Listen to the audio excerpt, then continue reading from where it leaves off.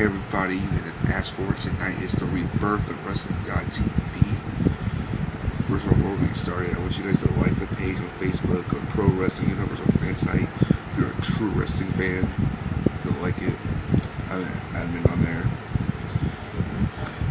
First, I want to talk about, is The Undertaker done? Is it finally over? Is it finally over? The streak? No more matches. Honestly, there's been a lot of rumors Undertaker will be doing some more WrestleManias. And Undertaker himself, Mark Calloway, who is Undertaker's real name, will be happy. He says he wants the streak to end in his last match.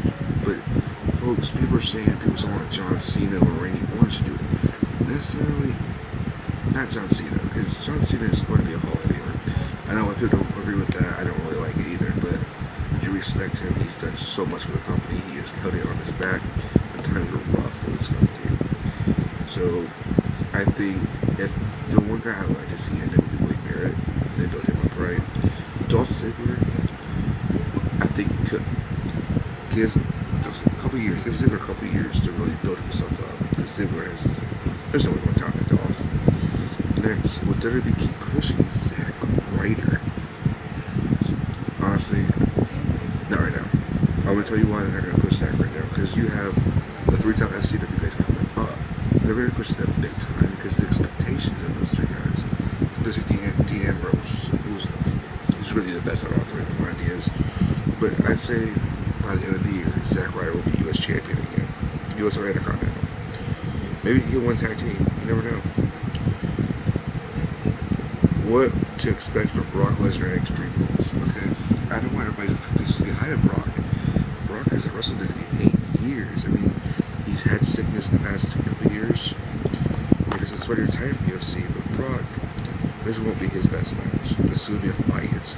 They're not going to make his first match be a wrestling match because he has to get back into that ring shape. So I can see Brock winning. I think it will be probably the main event of that night. I mean, it's Brock Lesnar's return. Honestly, I think it's too soon, but Brock Lesnar he's a beast. He always has been. Don't doubt Brock. I mean, I think probably by Survivor Series, Brock will be champion. Don't doubt it. Thoughts of WWE taking the draft away. I mean, that kind of makes sense, wouldn't it? I mean, or not, it's both brands. It's already both brands, so what's the point? You got Raw and SmackDown. Just admit you joined the collaboration of both brands. Back to it used to be when it was actually good. I mean, SmackDown used to be a top show. In the past 4 years, it's kind of salt. Now, last question here: what is in store for Impact Wrestling's future? I used to be a big fan of TNA. I mean, back in the day, before all the older guys came, Hogan. Everybody knows me. I don't like Hulk Hogan. I can't stand him. I respect what he's done for the business. He really put wrestling up there in the mainstream.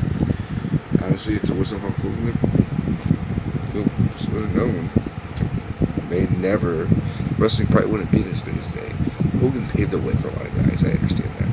But him as a person, he's a dick. But anyways, what I think is going to happen is there has been rumors spreading around that TNA is going bankrupt. Now, if these rumors are true, so what's for you guys at home? Do you think that Vince will buy TNA? I don't think the rumors are true, but you never know. TNA is not a well-managed place. You can tell it's not. It reminds me of WCW, the way it was managed. The last 2 years it was around. That's what it reminds me of. TNA is better than WCW. They showcase more talent. I mean, WCW was all about the NWO. He was always the best. He was always one. TNA is a little different. I mean, the champion's got Rudy to heel. But but anyways, wrestling got its back.